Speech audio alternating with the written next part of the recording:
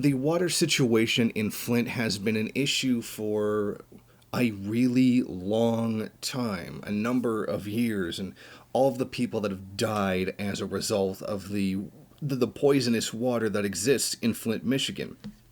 Now, finally, after all these years, criminal charges are being filed, including former Michigan Governor Rick Snyder and key members of his administration who are accused of various crimes in the plan that contaminated the community with lead and contributed to the fatal outbreak of Legionnaire's disease.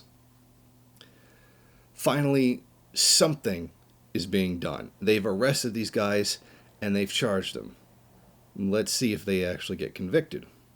Nearly 7 years after the doomed decision to use the Flint River, pipes at more than 9,700 Flint homes have been replaced, and water quality has greatly improved. But prosecutors say it's not too late to pursue people responsible for one of the worst human-made environmental disasters in U.S. history.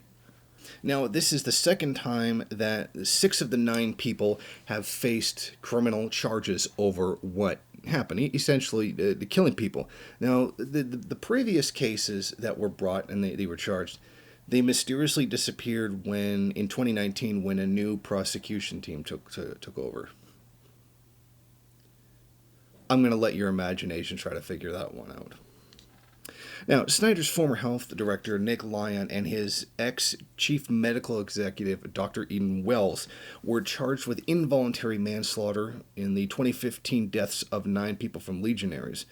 They say the authorities said they failed to alert the public of the regional spike in Legionnaires. You'd think that if this thing suddenly became a problem, that you'd tell the public about it. I mean, that's what you're supposed to do. And that they knew that the water system might have lacked enough chlorine to combat the bacteria in the river water. Now, the indictment also, Snyder failed to check the performance, condition, and administration of the appointees to protect Flint's nearly 100,000 residents when he knew about the threat. In other words, he looked the other way, and it seems like they're accusing him of covering it up to save his own reputation. Usually it's about their own reputation and covering their own ass legally, not about actually trying to save the people who are dying.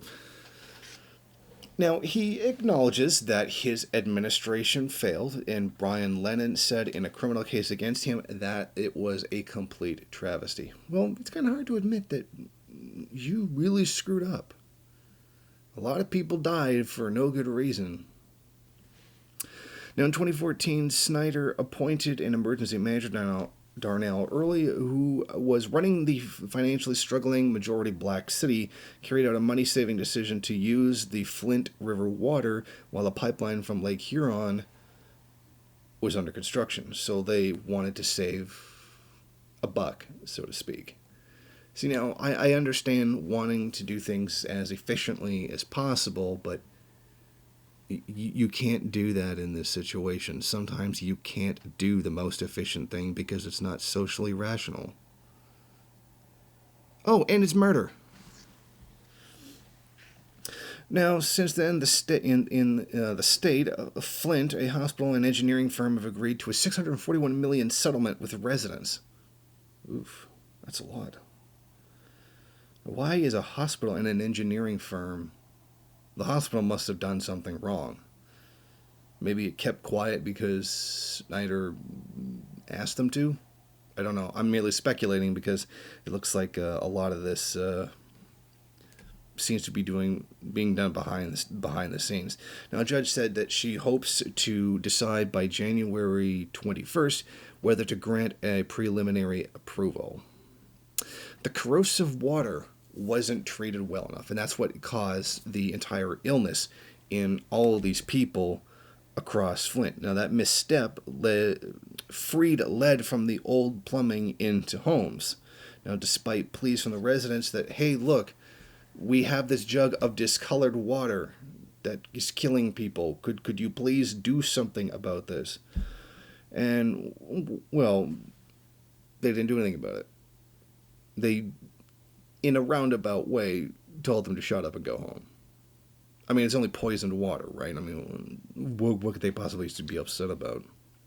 It wasn't until a doctor publicly reported elevated levels of lead in children's blood about 18 months later that the world was able to finally, or at least American media, was able to focus their lens towards, what was going on, and would allow them to be able to get the word out there and place pressure on the governor, who should have done his goddamn job to begin with.